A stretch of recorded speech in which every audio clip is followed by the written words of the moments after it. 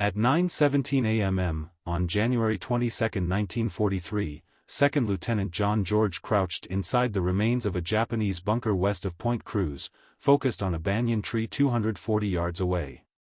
He studied it through a scope his fellow officers had mocked for 6 weeks. He was 27 years old, an Illinois state champion marksman, and still had 0 confirmed combat kills. At that time, the Japanese had 11 snipers operating in the Point Cruz groves. In the previous 72 hours, they had killed 14 soldiers from the 132nd Infantry Regiment. George's commanding officer had dismissed his rifle as a toy. Other platoon leaders jokingly called it his mail-order sweetheart. When he unpacked the Winchester Model 70, fitted with a Lyman Alaskan scope and a Griffin and how mount at Camp Forest, Tennessee, the armorer asked whether it was meant for deer or Germans. George answered clearly, it was for the Japanese. His unit shipped out before the rifle arrived. During the voyage to Guadalcanal, he watched other men maintain their garrons while his own weapon remained in a warehouse in Illinois. He formally requested that it be forwarded through military mail. 6 weeks later, in late December 1942, a supply sergeant handed him a wooden crate labeled "Fragile." Inside was the rifle he had spent 2 years of National Guard pay to purchase. The rifle weighed 9 pounds. The scope added another 12 ounces. The standard issue Garand carried by the rest of the battalion weighed 9.5 pounds and had no magnification. George's rifle was bolt-action with a 5-round capacity. The M1 Garand was semi-automatic with 8 rounds. Captain Morris instructed him to leave the sporting rifle in his tent and carry a standard weapon. George carried his rifle anyway. The 132nd Infantry relieved the Marines on Guadalcanal in late December 1942. The Marines had been fighting there since August. They had secured Henderson Field and held it, but they had not captured Mount Austin, nor had they cleared Japanese forces from the coastal groves west of the Matanico River. Mount Austin rose 1,514 feet. The Japanese called it the Gifu. Around 500 men defended it from 47 bunkers. George's battalion began its assault on December 17. The fighting lasted 16 days. They suffered 34 killed and 279 wounded before finally taking the western slope on January 2. By that point, George had fired his Winchester exactly 0 times in combat. The jungle near Point Cruz presented a different challenge. There were no bunkers and no fixed defensive lines. Instead, Japanese soldiers who had withdrawn west from Henderson Field had taken positions among the massive trees. Some of them were trained snipers. They used scoped Arisaka Type 98 rifles. They understood the terrain. They understood patience. On January 19, a sniper killed Corporal Davis as he filled canteens at a creek. On January 20, another sniper shot 2 men from L Company during a patrol. On January 21, 3 more soldiers were killed. One was hit through the neck from a tree the patrol had already passed twice. That night, the battalion commander called for George. Japanese snipers were eliminating his men faster than malaria. He needed someone who could shoot. He wanted to find out if that mail-order rifle could truly hit a target. George laid out his background.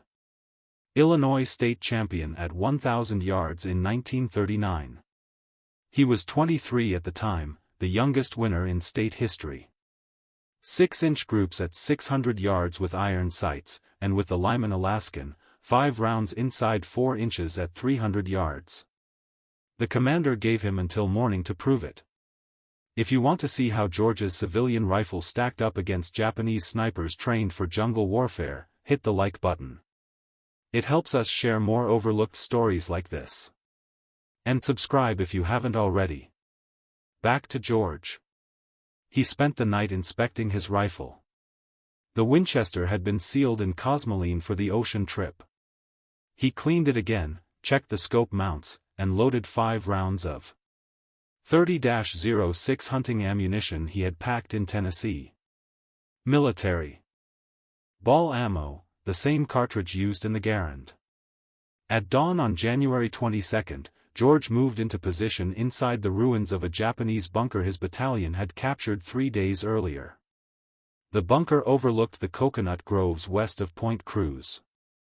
Intelligence reports said Japanese snipers operated from the large banyan trees in that area. Some rose 90 feet tall, with trunks 8 feet thick. A sniper could climb before sunrise and remain there all day without detection. George brought no spotter, no radioman, only his rifle, a canteen, and 60 rounds of ammunition in stripper clips. He settled into the bunker and began scanning the trees through his scope. The Lyman Alaskan offered 2.5 power magnification. Not much, but enough to catch movement in the branches that the naked eye would miss. The jungle was never quiet. Birds, insects, distant artillery. George had learned to ignore the noise and focus on motion. He studied each tree carefully, left to right, top to bottom. At 9:17, he saw it. A branch shifted. There was no wind, just a slight movement. 87 feet up in a banyan tree, 240 yards away. George kept watching. The branch moved again. Then he made out the figure. A man in dark clothing, positioned where 3 branches met. The Japanese sniper was facing east, observing the trail where George's battalion had been transporting supplies. George adjusted his scope, 2 clicks right for wind. He steadied his breathing. The Winchester's trigger was crisp, set at 3.5 pounds. He had spent hours tuning it at Camp Perry before the war. Now he would see if a civilian target rifle could eliminate a man trained to eliminate him first. He pressed the trigger. The rifle recoiled into his shoulder. The report echoed through the jungle. 240 yards away, the Japanese sniper jerked and fell, dropping through the branches. His body tumbled 90 feet and struck the ground near the base of the banyan tree. George cycled the bolt. The empty casing ejected. He chambered another round and kept his scope fixed on the tree, waiting for movement. Nothing. The sniper's partner would be nearby. Japanese snipers operated in pairs, 1 shooter, 1 spotter. If George had taken out the shooter, the spotter was either in that tree or in one close by. He scanned the surrounding banyans. With only 2.5 power magnification, he had to move slowly. Each tree could conceal more than 1 man. The thick canopy cast shadows that made shapes hard to identify without careful study. At 9:43, he located the second sniper. A different tree, about 60 yards north of the first. This one was lower, around 50 feet up. The soldier was climbing down, retreating. He had heard the shot and knew his position was exposed. George aimed, led the movement, and fired. The second sniper fell backward from the tree. His rifle clattered through the branches ahead of him. Within seconds, both bodies were on the jungle floor. 2 shots. 2 confirmed kills. George reloaded from a stripper clip. His hands remained steady. His breathing stayed controlled. In principle, it was no different from shooting at Camp Perry, except this time the targets could return fire. At 11:21, a Japanese bullet struck the sandbag 6 inches from George's head. Dirt sprayed into his face. He rolled left and pressed against the bunker wall. The shot had come from the southwest, a different direction from the first 2. George waited 3 minutes before moving. Then he edged back into position and scanned the trees to the southwest. The shooter would have relocated after firing. That was basic sniper doctrine: shoot, then move. But in jungle this dense, relocation options were limited. George located him at 11:38, the third tree from the left in a group of 5 banyans, about 73 feet up. The Japanese sniper had shifted to another branch but stayed in the same tree. That was the error. George placed the crosshairs on the dark outline and fired. The third sniper dropped without a sound. By noon, George had eliminated 5 Japanese. Snipers. News moved quickly through the battalion. Soldiers who had once laughed at his mail-order rifle now asked to observe him in action. George declined. Observers created visibility. Visibility attracted gunfire. After the fifth kill, the Japanese snipers adjusted. They stopped moving during daylight.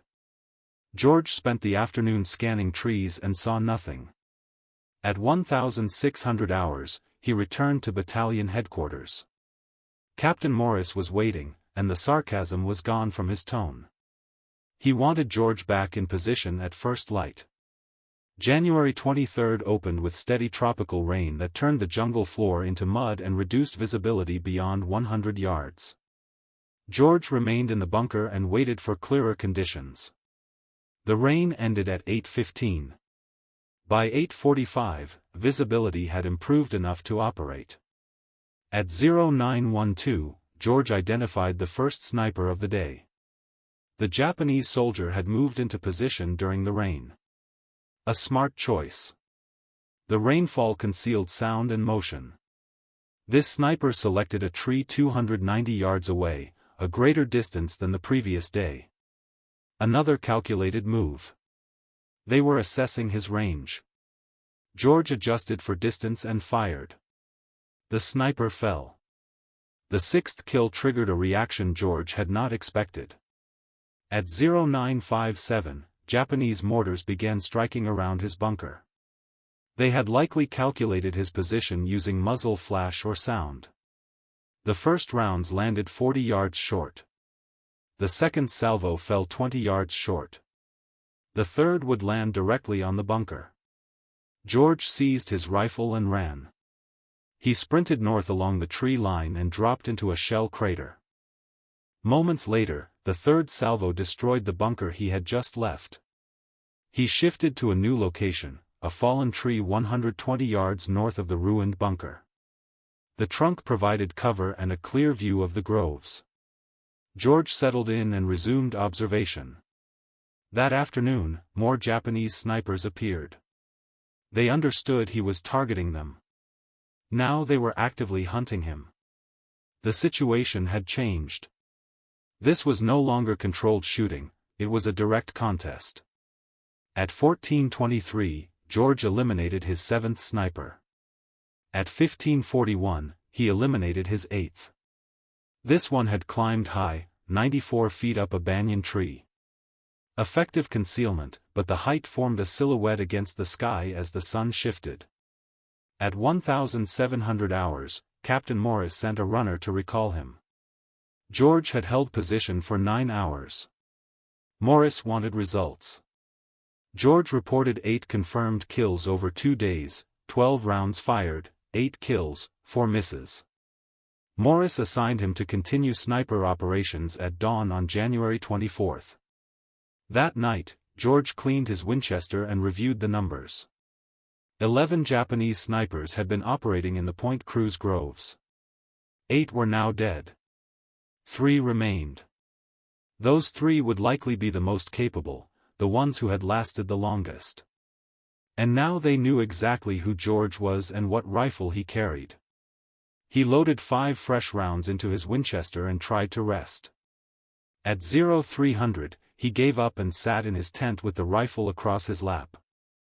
Rain began again at 4:15. By 05:30, it was heavy enough to delay dawn operations. George used the delay to move to a new position. Not the bunker. Not the fallen tree. Somewhere unexpected. He selected a site 70 yards south of his previous location, a cluster of large rocks the Marines had used as a machine gun nest in December. The position offered solid cover and overlapping fields of fire into the groves. He settled in and waited for the rain to ease. At 0743, the rain slowed to a light drizzle. Visibility improved. George began scanning the trees. At 0817 on January 24, he located sniper number 9. The Japanese soldier was positioned in a palm tree 190 yards away, about 40 feet up. Lower than usual. Most snipers climbed high for wider sight lines. This one chose concealment over elevation. The palm fronds created a natural hide, invisible from ground level.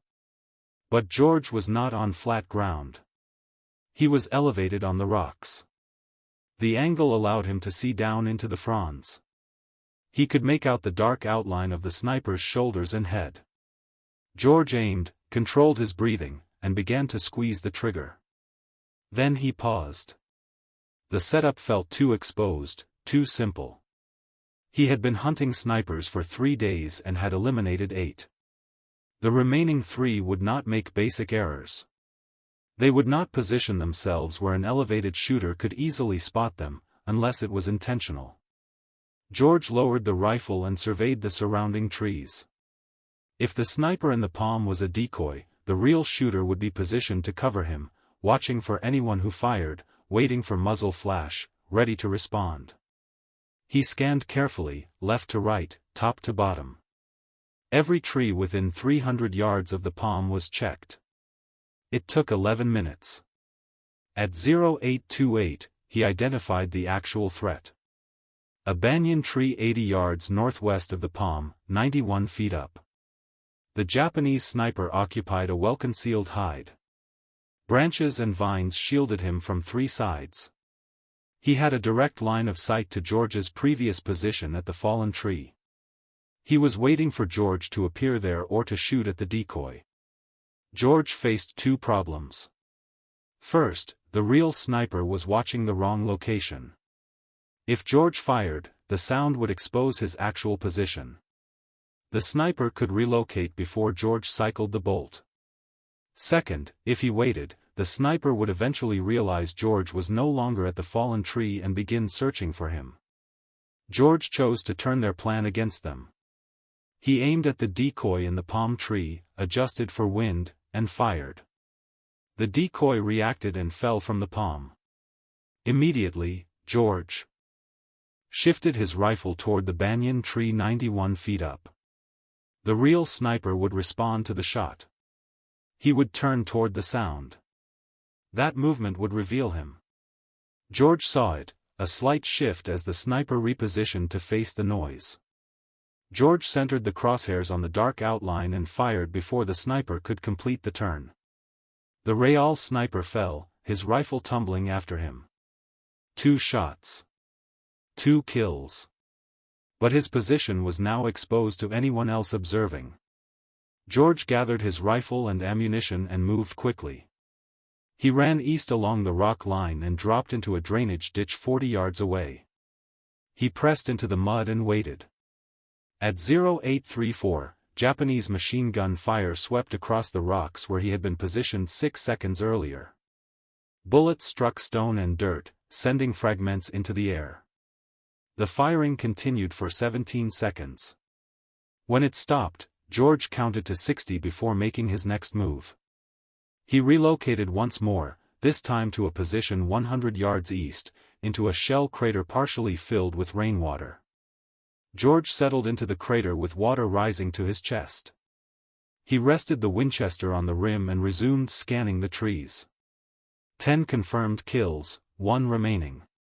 The 11th sniper would be the most capable, the most cautious, the most experienced. He had watched 10 of his comrades die over 3 days. He understood George's tactics. He knew the rifle. He had a general idea of George's position. Somewhere in those trees, he was observing, waiting, calculating. George swept the jungle through his scope. The Lyman Alaskan magnification brought distant shapes into view, but not with clarity. Every dark outline could be a branch or a man. He had to evaluate each one carefully. At 9:47, he recognized his error. The 11th sniper was not in the trees. He was on the ground, advancing toward George's position. George detected movement at the edge of his peripheral vision, 60 yards south, low and deliberate. A figure moving through the undergrowth parallel to the tree line. The Japanese sniper was using jungle vegetation for concealment, ferns, vines, fallen limbs. He was crawling toward George's last known position at the rocks. George remained still in the water-filled crater. The Winchester was already shouldered. His breathing stayed steady, but the angle worked against him. The rim of the crater blocked his view of the approaching sniper. To take a clear shot, he would have to rise. Rising meant exposure. At 9:52, the Japanese sniper halted. He had reached a point 40 yards from the rocks. Through his scope, George observed him studying the area, searching for movement, any sign of his target. George waited. Patience was the core skill of a sniper. The ability to remain motionless, to let minutes pass, to wait for a clean opportunity instead of forcing a poor shot. At 9:58, the Japanese sniper began moving again. He advanced to 35 yards from the rocks. Then 30. Then 25. He approached from the south, the same direction George had taken when he evacuated under machine gun fire. George understood the method. The sniper had witnessed the machine gun attack. He knew George had shifted east from the rocks. Now he was sweeping along the most likely escape path, tracking George the way George had been tracking him. At 10:03, the Japanese sniper reached the rocks. He moved into the machine gun nest and positioned himself facing east, toward the drainage ditch, toward where George was expected to be. The sniper was now 38 yards from George's actual position in the flooded crater, but he faced the wrong direction. His back was exposed. George had a clear shot. Center mass at 38 yards. Manageable even without magnification. But he hesitated. This sniper had survived 10 days of American operations in the Point Cruz groves. He had outlasted 10 others, men who had been eliminated after making mistakes. This man was unlikely to repeat them. The position in the rocks was too exposed, too obvious. No experienced sniper would remain there long. It had to be another decoy, another false position. George kept the crosshairs on the sniper in the rocks while widening his focus to the surrounding terrain. If this was bait, the real danger would be covering it, positioned with a line of sight to anyone who took the shot. At 10:06, he identified it. A second Japanese soldier, 70 yards northwest of the rocks, concealed behind a fallen tree trunk. This soldier was not adjusting or scanning broadly. He was fixed in place, watching, waiting. His rifle aimed toward the drainage ditch where George was expected to be. 2 men, not 1. The 11th sniper had support. Or perhaps these were the final 2 snipers, numbers 10 and 11, working in coordination. George decided quickly. He could not engage both before they reacted. The bolt-action Winchester required cycling between shots, giving them time to locate and return fire. He needed another approach. George gradually lowered himself deeper into the water until only his eyes and the top of his head remained above the surface. He kept the Winchester angled upward to prevent water from entering the barrel. Then he waited. At 10:13, the soldier in the rocks stood up. After 10 minutes observing the drainage ditch without result, he concluded George had moved farther east. He turned and signaled to his partner behind the fallen tree. Both men began advancing east, parallel to one another, about 70 yards apart. They were conducting a sweep, intending to flush George out or locate his new position. George remained submerged and motionless. The 2 Japanese soldiers moved past his crater. They were now between George and the tree line. Their backs were exposed. George rose from the water. Slowly and without noise, he brought the Winchester to his shoulder. Water ran from the barrel, from his uniform, from his face.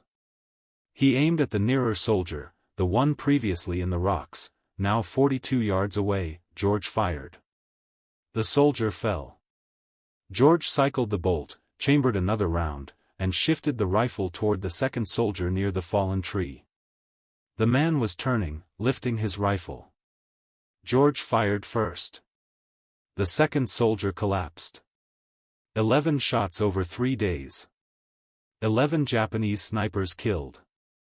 George had cleared the Point Cruz groves of the threat that had taken 14 American lives in 72 hours. As he climbed out of the crater and collected his spent cartridges, a sound reached him that caused him to stop immediately.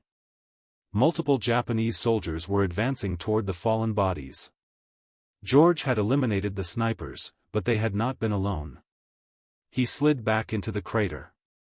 The water was cold and thick with mud. He lowered himself until only his eyes were above the surface. He held the Winchester upright to keep the barrel clear. Japanese voices grew louder. At least 6 men, possibly more. They were heading toward the 2 dead snipers. George heard branches snapping and gear clinking. These were not snipers. Infantry. Likely a patrol or recovery team sent to retrieve the bodies. George counted the seconds. The voices stopped at the first body, about 42 yards from his crater. Close enough to hear them clearly, even if he couldn't understand the language. Then they shifted to the second body. More urgent discussion. At 10:28, the voices started moving again, but not back toward the tree-line. They were coming toward George's position.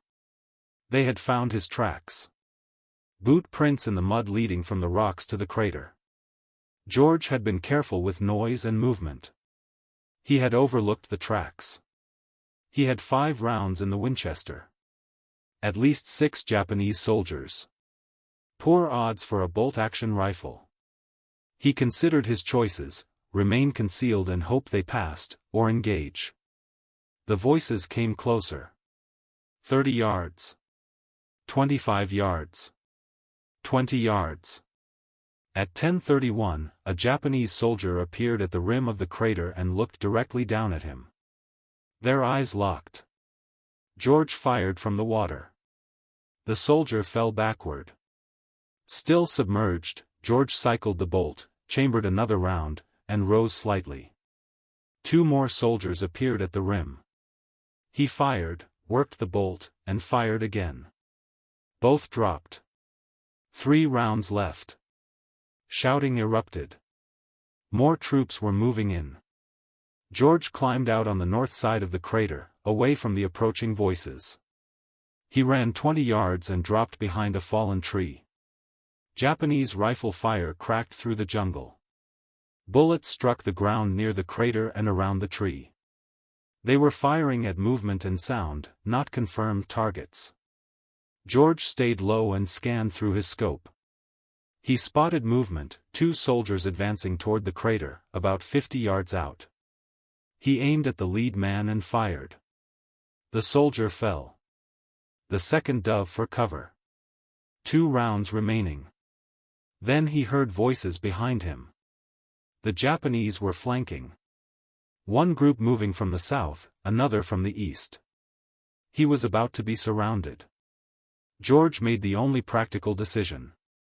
A bolt-action rifle against multiple soldiers with semi-automatic weapons was not a fight he could win. He needed to disengage and return to American lines. He grabbed the rifle and ran north. He pushed through thick jungle undergrowth. Vines caught his boots. Branches struck his face. Rifle fire followed him. Bullets snapped past, hit trees, and kicked up dirt.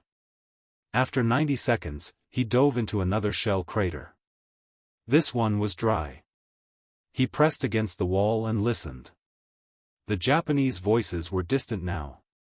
They had not pursued. They were regrouping around their dead. George inspected his rifle. Mud coated the stock. Water still dripped from the barrel. 2 rounds left. No stripper clips. The clips were in his pack, somewhere near the flooded crater.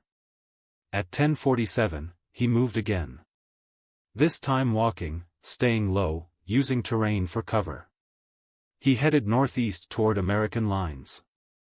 The jungle was quiet. No voices. No visible movement. Only his breathing and distant artillery. At 11:13, George reached the American perimeter. A Marine sentry challenged him. George identified himself, and the sentry escorted him through. He reported to Captain Morris at battalion headquarters. Morris requested a full debrief, and George delivered it. 11 Japanese snipers killed over 4 days. 12 rounds fired at snipers. 11 hits. Then the infantry engagement, 3 additional kills. 5 rounds fired in that exchange. Morris asked about ammunition. George had 2 rounds left. He asked about the rifle. George replied that it was operational but required cleaning, mud in the action, water in the barrel. Morris instructed him to clean the rifle and rest. No operations the following day. The battalion was shifting east. The Point Cruz groves were no longer a priority. Intelligence indicated the Japanese were evacuating Guadalcanal and expected to complete withdrawal within 2 weeks. George returned to his tent. He field-stripped the Winchester and spent 2 hours cleaning every part. Cosmoline and gun oil. Patches through the barrel until they came out clean. He checked the scope mounts, adjusted eye relief, and loaded 5 fresh rounds. At 1,400 hours, a message arrived from division headquarters. The battalion commander wanted to see him. George walked to headquarters wondering if Morris had submitted a negative report: unauthorized engagement, excessive ammunition use, operating alone without support. Instead, he found Morris and 2 other officers waiting. One was Colonel Ferry, the regimental commander. Ferry had one question: could George train other men to replicate what he had done? George said he could try, but it would take time, rifles equipped with optics, and men who already had strong shooting fundamentals. Ferry explained that division had 14 Springfield rifles fitted with unertl scopes, sniper rifles left behind by the Marines. He also had 40 men in the regiment who had qualified as expert marksmen before deployment.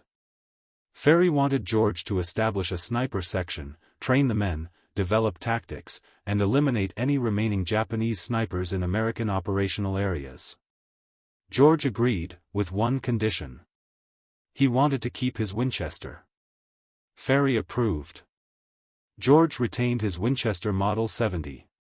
The 14 Springfield rifles with unertl scopes were issued to the men he would train. Training began on January 27. George assembled 40 men at a temporary range 2 miles east of Henderson Field. On paper, they were expert marksmen. They had qualified with iron sights at distances up to 500 yards. But none had combat experience as snipers. None of them had ever killed a man from concealment. George began with the basics: breathing control, steady trigger pressure, reading the wind. The Springfield rifles weighed 11 pounds with the unertl scopes mounted. Heavier than the Garand, heavier than George's Winchester. The added weight made the rifle stable but exhausting to hold for long periods. George taught them to use whatever support they could find: rocks, logs, sandbags. The jungle rarely provided perfect firing positions. Snipers had to adjust to the terrain and build stable platforms from whatever was available. Range training lasted 3 days. George had the men fire at stationary targets from 100 to 400 yards, then at moving targets, then at targets partially hidden by vegetation. By January 30, 32 of the 40 men could consistently hit man-sized targets at 300 yards under field conditions. George divided them into 16 two-man teams, shooter and spotter. The spotter carried binoculars and a Garand. His role was to identify targets and provide security while the shooter engaged. After each confirmed kill, the roles could switch. This kept both men sharp and prevented the weakness of relying on a single shooter. On February 1, George led 4 teams into the field. Their mission was to clear Japanese positions west of the Matanico River. Intelligence suggested small groups of Japanese soldiers were still operating there. Not snipers, infantry stragglers who had not yet withdrawn. The 4 teams moved into position at dawn. George paired with a spotter named Corporal Hayes. They set up on high ground overlooking a trail the Japanese had been using for resupply. At 0720, a Japanese soldier appeared on the trail. Hayes confirmed the target through binoculars. George fired. The soldier fell. George cycled the bolt and scanned for more movement. None appeared. Over the next 6 hours, George's team engaged 7 more Japanese soldiers on that trail. 7 shots, 6 kills, 1 miss caused by wind. The other 3 teams reported similar results. 23 Japanese soldiers killed that day. 0 American casualties. The sniper section continued operations through early February. By February 9, the section had killed 74 Japanese soldiers. The number was conservative, counting only confirmed kills where the body was observed. During this period, the Japanese evacuation increased. Destroyers arrived at night to extract troops from Cape Esperance on the western tip of Guadalcanal. American forces pushed west to disrupt the evacuation, but the Japanese conducted effective rear-guard actions.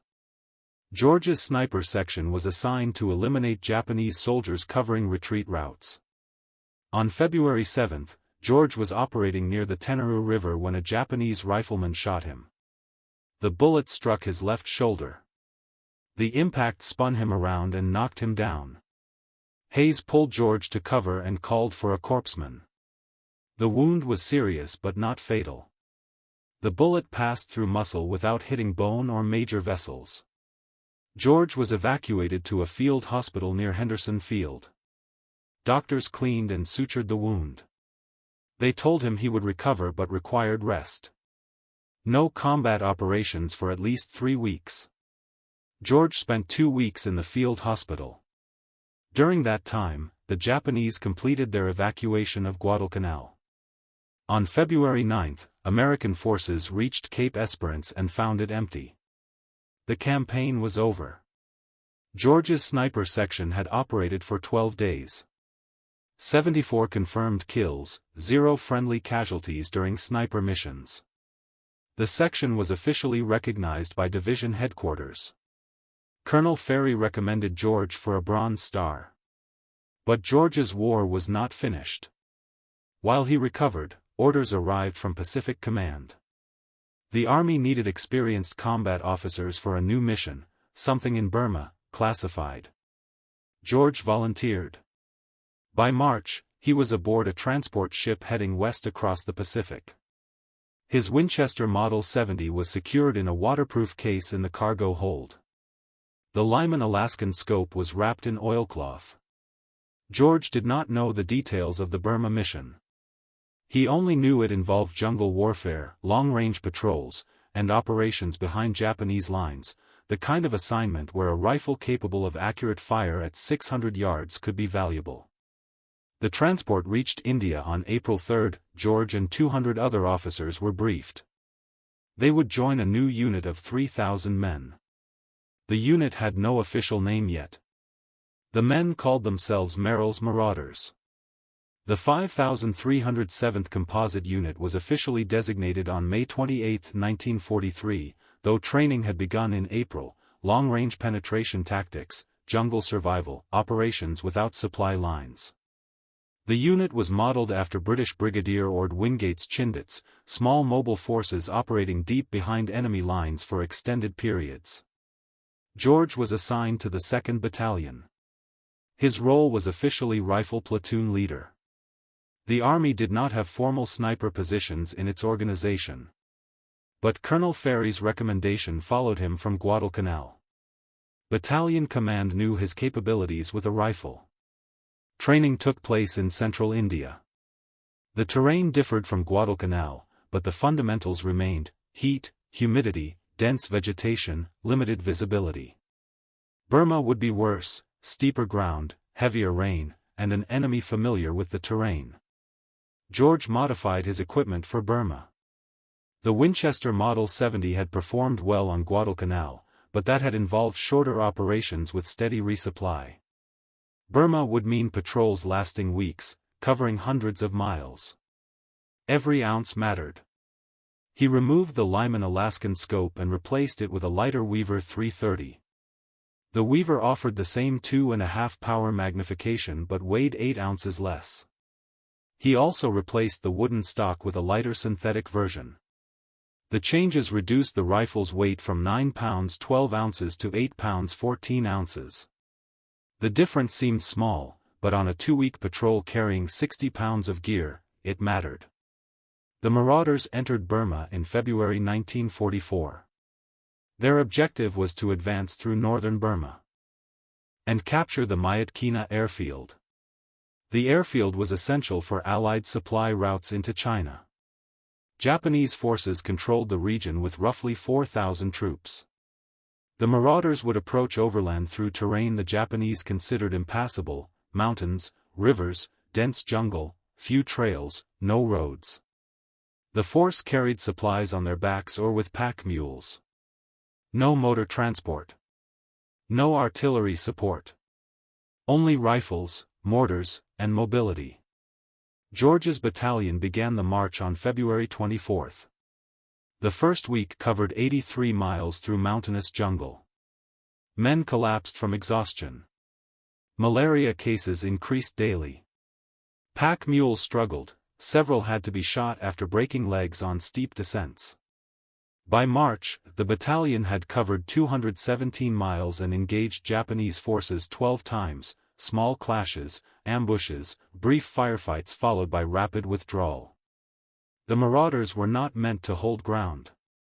They were meant to move, disrupt supply lines, and create instability behind Japanese positions.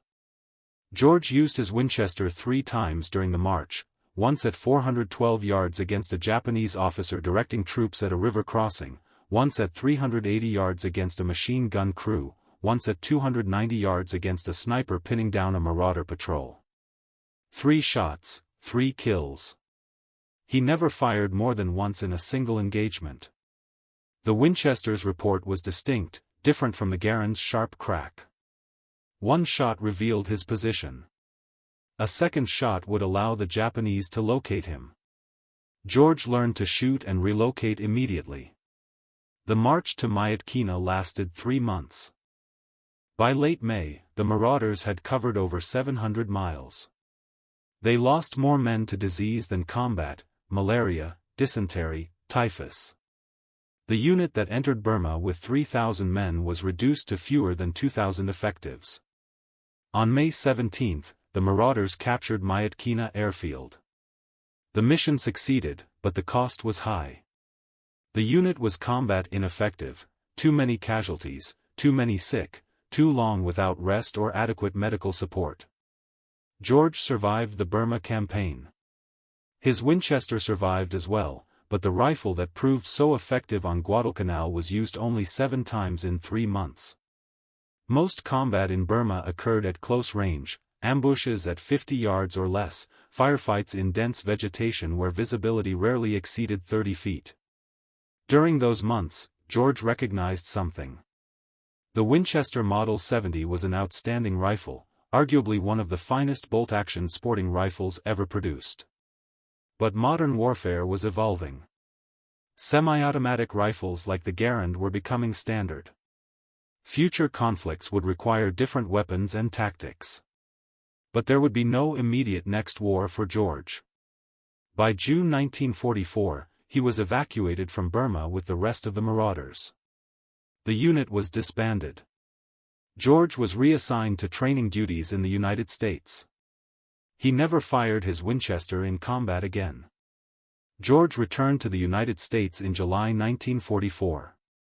The Army promoted him to captain and assigned him to Fort Benning, Georgia. His role was training infantry officers in marksmanship and small unit tactics.